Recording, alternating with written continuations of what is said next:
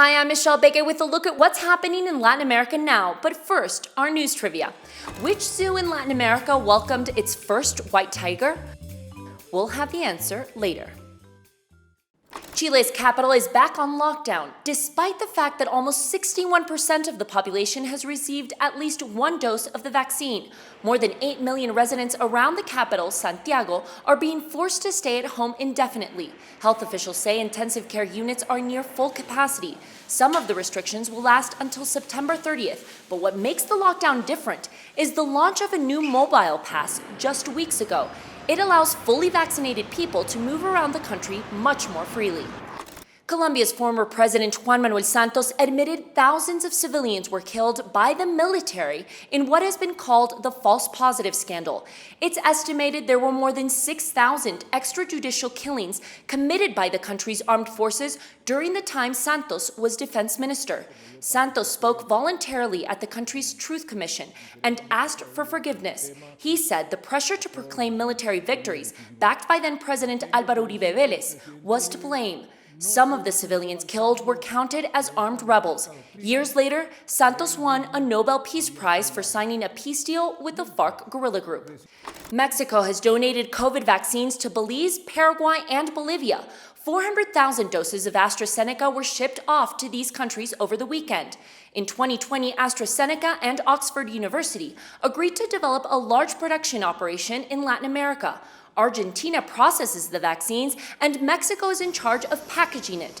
Argentina also received 800,000 doses as part of the deal. Now let's go to Peru. Dan Collins has more on the country's highly contested election results. Michelle, leftist schoolteacher Pedro Castillo is the virtual president of Peru, winning an election by less than 0.5%. He beat his right-wing rival Keiko Fujimori by a razor-thin margin after a vote count that took more than a week. Fujimori alleged fraud, even though national and international observers said the vote was clean. She demanded the electoral board re-examine hundreds of thousands of votes. Castillo, the son of illiterate peasant farmers, was a virtually unknown candidate until a few months ago.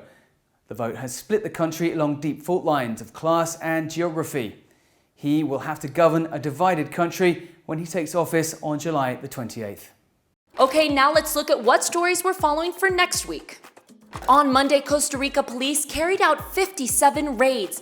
They included the office of the president and the Ministry of Public Works. This comes as a bribery investigation is being conducted inside the government. 28 people were detained. The Attorney General has been on the case since 2019. Some private construction companies have also been involved. President Carlos Alvarado, who has not been implicated by authorities, said he felt hurt, angry, and is offering his full cooperation. More detentions are expected.